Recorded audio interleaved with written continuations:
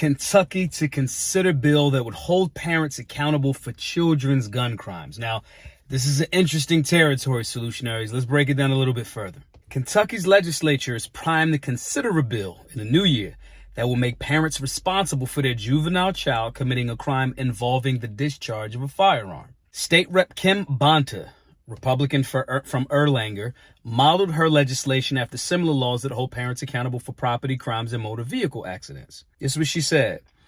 The most important thing is that I am absolutely not trying to stop gun sales or enact gun control. We get a little, a little testy right there.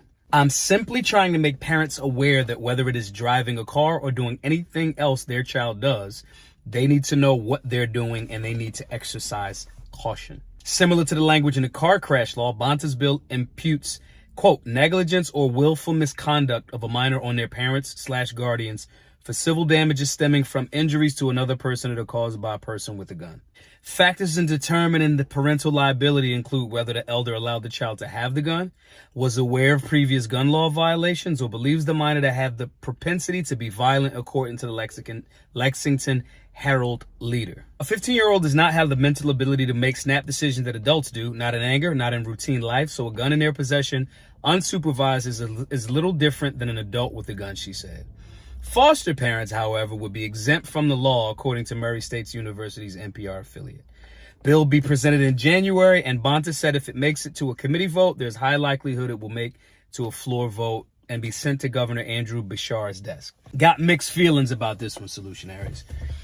Got mixed feelings about it. On one hand, I think that as a firearms owner, you should be safe and responsible, and your firearms should be locked up and not accessible to anyone, especially teenagers or children, anyone that is not an adult, that is not responsible and can be held accountable for what they do with that firearm. That's just the standard that most safe and responsible gun owners, because if you're a safe and responsible gun owner, you're already doing that. Safe and responsible gun owners live in that world right there. However, I am not a fan of government setting those rules like that, because then it becomes a little bit of a vague area. Like even when they said the definition of what would be the parent will be held accountable for, and down to why not the foster parents? The foster parents are the actual guardians, so they should be held accountable to that. So it just speaks to some of the contradictory nature, as well as I am not a fan of government trying to roll out more and more restrictions.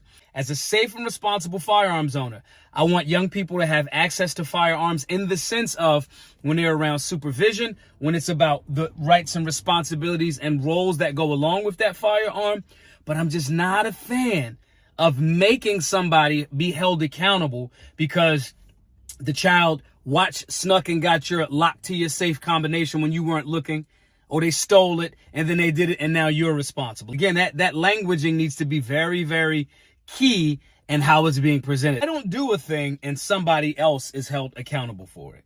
I think that the child, 15, 10 years old or whatever, is kind of like the person that should be held accountable for that. So I like the idea, sidebar, that's if I'm operating with the thought process that this politician is really operating in good faith. That sentence of, I'm really not trying to enact some more gun control. That's a shaky sentence from me, coming from a politician that's introducing legislation that penalizes somebody in relation to a gun. Now, obviously, you guys, if somebody uses a firearm, not in self-defense, and harms someone, I'm not advocating that they should not be held accountable. Duh. But I am saying that holding the parents accountable starts to become a slippery slope.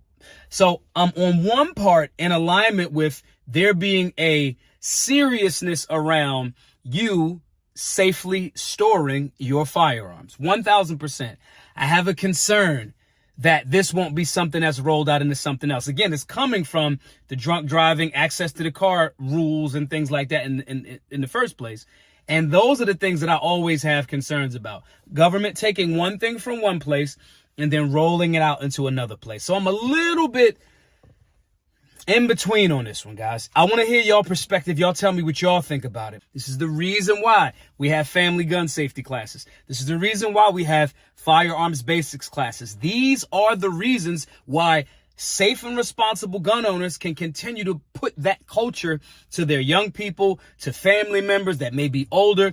You need to take the class. We can solve this conversation and not need government involvement completely if we're doing the work. And if you have a firearm and if you haven't taken the class, go over to solutionaryuniversity.org, sign up for the Understanding Imminent Threat class, Firearms Basics, Family Basics, whatever one you want to do, or donate at the $100 level, get access to all of the classes, get access to the Solutionary 9 group, that's shooting drills, that's health and fitness workout routines and drills, that's access to your own link to sell the merch with a 15 to 20% commission. That's the Solutionary 9 group. Do that, donate, or become a Solutionary 9 premium member to get access to all of these things so we can make government outside of our rights and responsibilities. My name is Maj Toure, the founder of Solutionary University and BGM. Hope to see you all in the class. Be safe, be solutionary.